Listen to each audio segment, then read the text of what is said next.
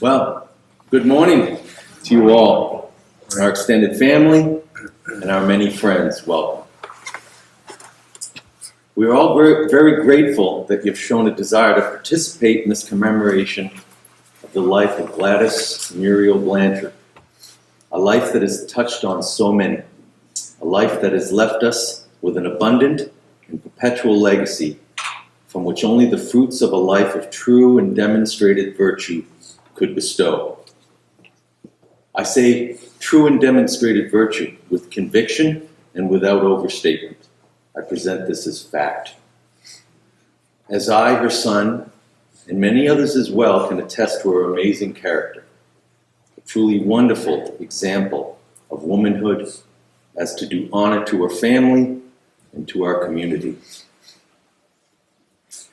As should be evident to us all, yet purposefully camouflaged in the cultural gruel served up these days, is the fact that a woman is far more precious than a man. Don't be surprised that I say this. It's always been so. It is no coincidence that the snake focused on Eve and not Adam in the Garden of Eden. He's cunning. He knows a woman is the heart of the human family, the center of a home, the glue of a community, the tamer of men, and the shaper of children. It is primarily women who maintain and defend the standards of civil society, not men. As women's virtue fails, so do the foundations of our society. Now, why is this? This isn't what I read in magazines. This isn't what they tell us on TV. Well, because women alone can bring life into the world. It's a woman's innate gift to bring forth and nurture life. This is no small thing. In fact, it's the most sublime and beautiful miracle in the universe. Yet this is not accomplished without great effort. This is done through generosity, self-sacrifice, arduous labor, worry, tenacity, understanding, and forgiveness. In other words, this is accomplished through love. As St. Paul wrote to the Corinthians, love is patient, love is kind. It's not jealous or pompous, it's not inflated, it's not rude. It's not quick-tempered. It does not brood over injury, it does not rejoice over wrongdoing, but rejoices with the truth. It bears all things, believes all things, hopes all things, endures all things. Love never fails. Well now, that reminds me of Mom. As you can guess from the sides of Mom's litter, she believed in both life and love. She loved without measure. She was the guiding light of love in our family. She loved her family and her neighbors.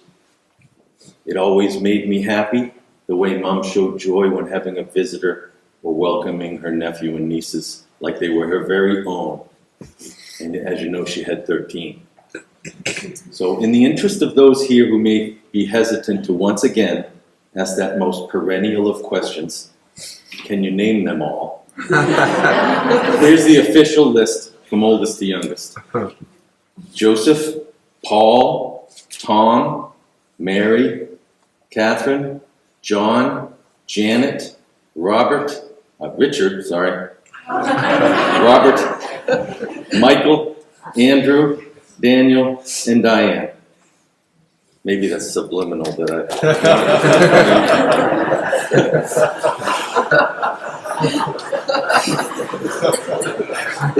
In 22 years, 9 boys and 4 girls. None named Gladys, which Mom considered old-fashioned. And I would venture to guess that there are 4 young girls that at one time or another believed that her name wasn't Muriel.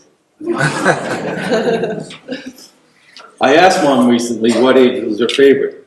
She said, well, I like them all, but my favorite was the little babies. I'd have more if I could. Wow. Evidently, sleep was never a factor in Mom's calculus. Mom had love in abundance, and more to provide for did not mean less to go around. It was like the story of the loaves and the fishes. Seeing Mom conducting her family orchestra was seeing controlled chaos, like a blender all swirling around but still contained in the pitcher. There were years when Mom always had a baby on the hip, a toddler or two in the playpen, little ones, tweens, running around, teenagers all at the same time. This was, maybe some of you didn't notice in her later years that Mom had a curved spine. This was not always so. This condition came around from 25 years of carrying a baby on the left hip and pushing a vacuum and everything else with the right arm. And that arm was pretty strong. Proud was the day when you could finally beat Mom in an arm wrestling contest.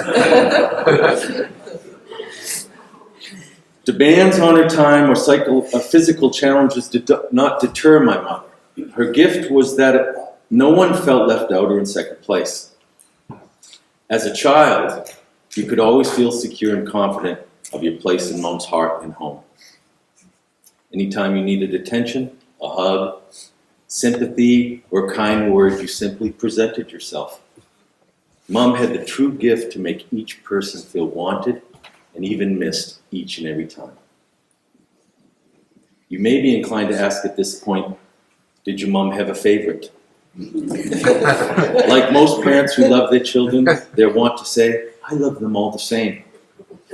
However, on good authority, I happen to know that my mother did have a favorite. I know this is a dangerous secret for a mother with so many children. But upon reflection, I've decided it's better to keep that secret and avoid leaving a self-serving impression.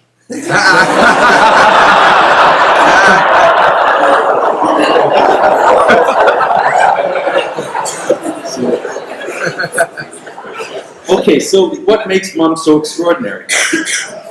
It was her remarkable and unfaltering performance through many years of extreme demand, endless work, financial strain, physical ailments, and yet always maintain an unfailingly humble, cheerful, and charitable attitude. How many thousands of times can one person be asked, Mom, where's my sneakers? Or Mom, where's a pencil? Without getting frustrated and telling them to shut up and look for it themselves. For me, maybe 3 times. For my mom, no limit. Even if she didn't know, she always gave a sweet and helpful answer. I appreciated it when I was a child, even though we took her for granted. We all knew we had a special mom. It wasn't until I was older that I finally recognized the heroic virtue and self-control required to acquire and maintain the state of being. Most of us, myself included, struggle against our own wants and desires. Self-sacrifice for others is many times difficult. Most of us tend to live in the future, battling with the present in the hopes to be finally able to do what we want when the current inconvenient, arduous, and mundane task is accomplished. For my mom, this was not the case. She lived in the present.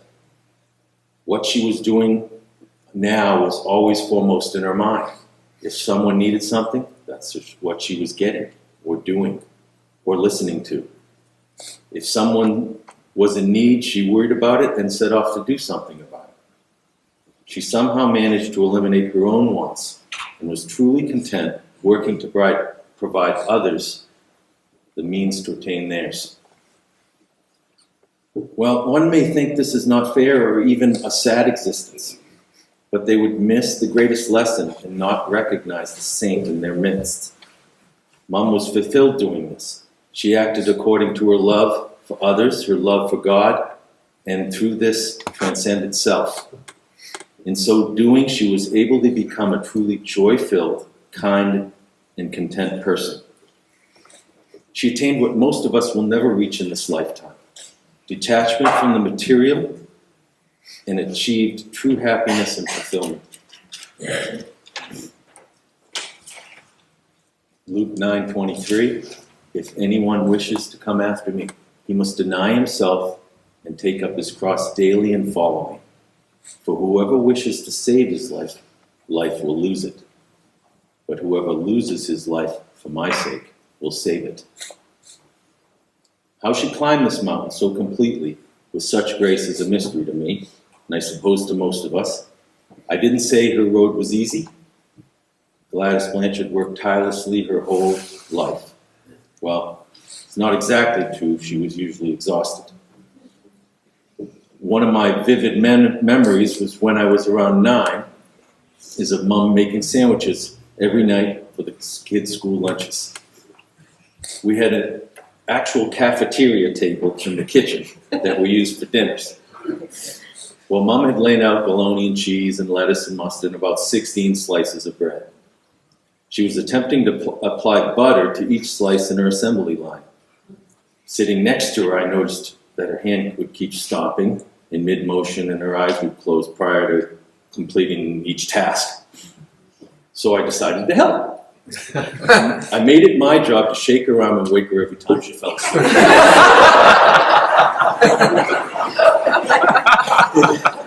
In classic Mom fashion, each time I jostled her awake, she'd say in her sweet voice, "Oh, thank you, honey." I was so proud of myself. I even recall thinking, oh darn, I should have been there. On the 2 occasions when I opened my lunch bag at school and was greeted by a butter sandwich.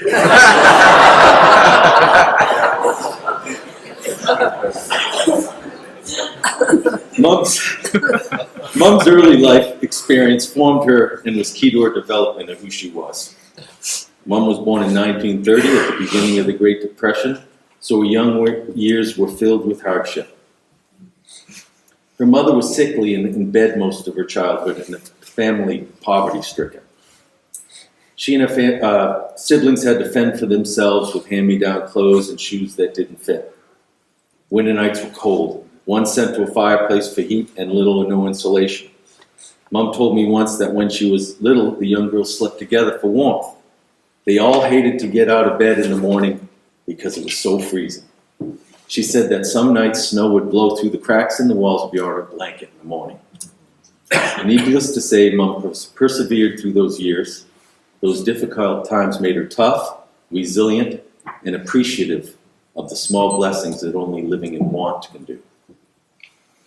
During her high school years, it was necessary for Mom to live and work at various families in town, taking care of children and household chores. This was the beginning of her experience with being a mother figure and taking care of a home. It seems she was good at it. In high school, she was known for her beautiful soprano voice, her kindness, her good reputation, and for being religious. She was so liked that she was crowned the first ever prom queen by her senior class, and then, as I understand it, Dad was their date. So eventually, or evidently, it was this good reputation that first led my father to my mother. Mom was working at the soda and ice cream bar at Old St. Ledger's Pharmacy on Main Street. This was after the war, and Dad was visiting his family while on summer break from Bowdoin in 1947. He asked a family friend who was the nicest and most devout Catholic girl in town. Well, that would be Gladys. Hi! And that is how Dad developed a lifelong appreciation for ice cream.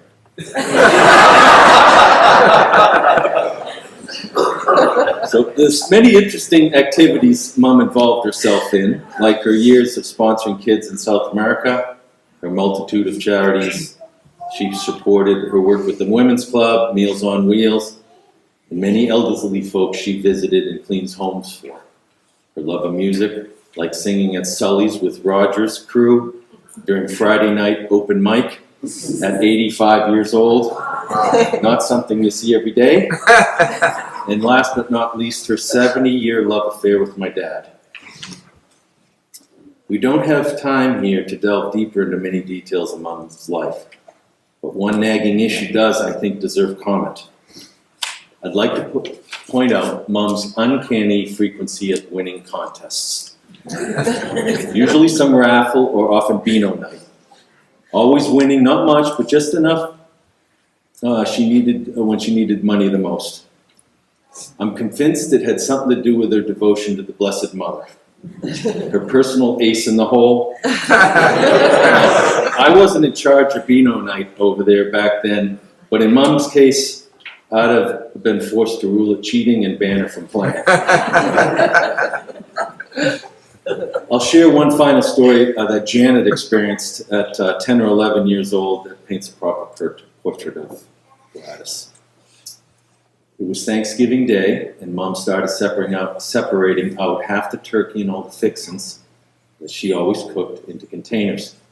I could tell something was up, and I started to panic. Mom, what are you doing?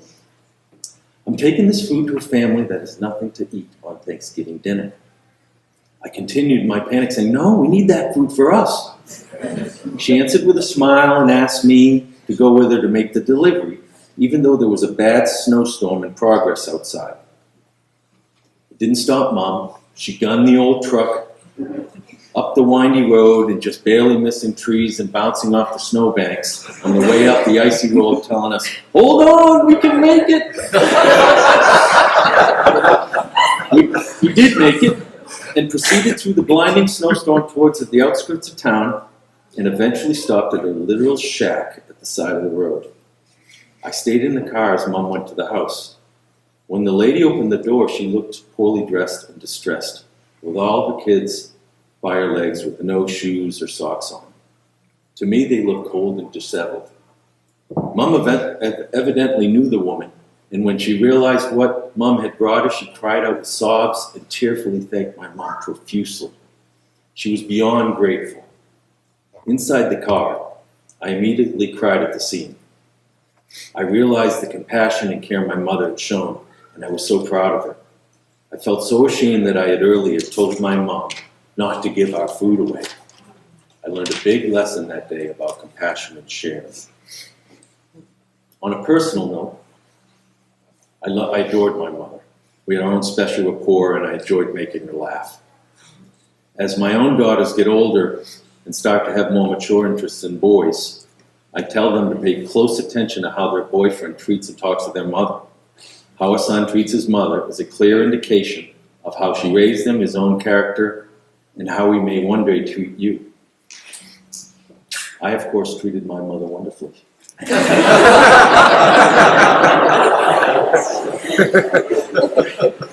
Finally, an issue worthy of mention is Mom's elder care in the last years of her life.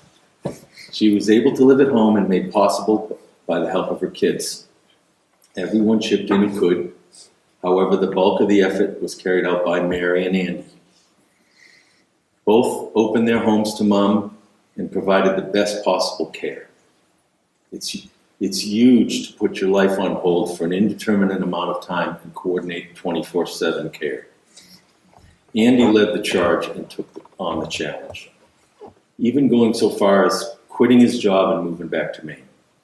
The whole family owes a debt of gratitude to both Mary and Andy, and we thank you both for your extraordinary labor of love. In closing, I'd like to point out that although Gladys Hyatt may have been known of great note in the worldly realm, not famous or learned, neither a celebrity or wealthy, in God's economy she was an all-star. First string on the A-team. A steadfast, humble, and tireless laborer in the Lord's vineyard. What really matters during our brief lives, what endures after our death, is not our accomplishments as seen through the world's eye, but rather what is seen and counted worthy by the divine eye. We are urged to lay up our treasures in heaven. Mom was a great saver. The rest is hay and stubble. In heaven's currency, Gladys is fabulously wealthy. And I'll end with a selection from Proverbs, poem on woman of worth. Who can find a woman of worth? Far beyond jewels is her value. Her husband trusts her judgment, he does not lack return. She brings him profit, not loss, all the days of her life. She rises while it's still night and distributes food to her household, portion to her maidens. She girds herself with strength, she exerts her arms with vigor. She enjoys profit from her dealings. Her lamp is never extinguished at night. She reaches out her hands to the poor and extends her arms to the needy. She's not concerned for her household when it snows. All her charges are doubly clothed. She is clothed with strength and dignity and laughs at the days to come. She opens her mouth in wisdom. Kindly instruction is on her tongue. She watches over the affairs of her household and does not eat the bread of idleness. Her children rise up and call her blessed. Her husband too praises her. Many are women of proven worth, but you have excelled them all. Charm is deceptive and beauty fleeting. The woman who fears the Lord is to be praised. Acclaim her for the work of her hands, and let her deeds praise her at the city gates. Thank you, Robert.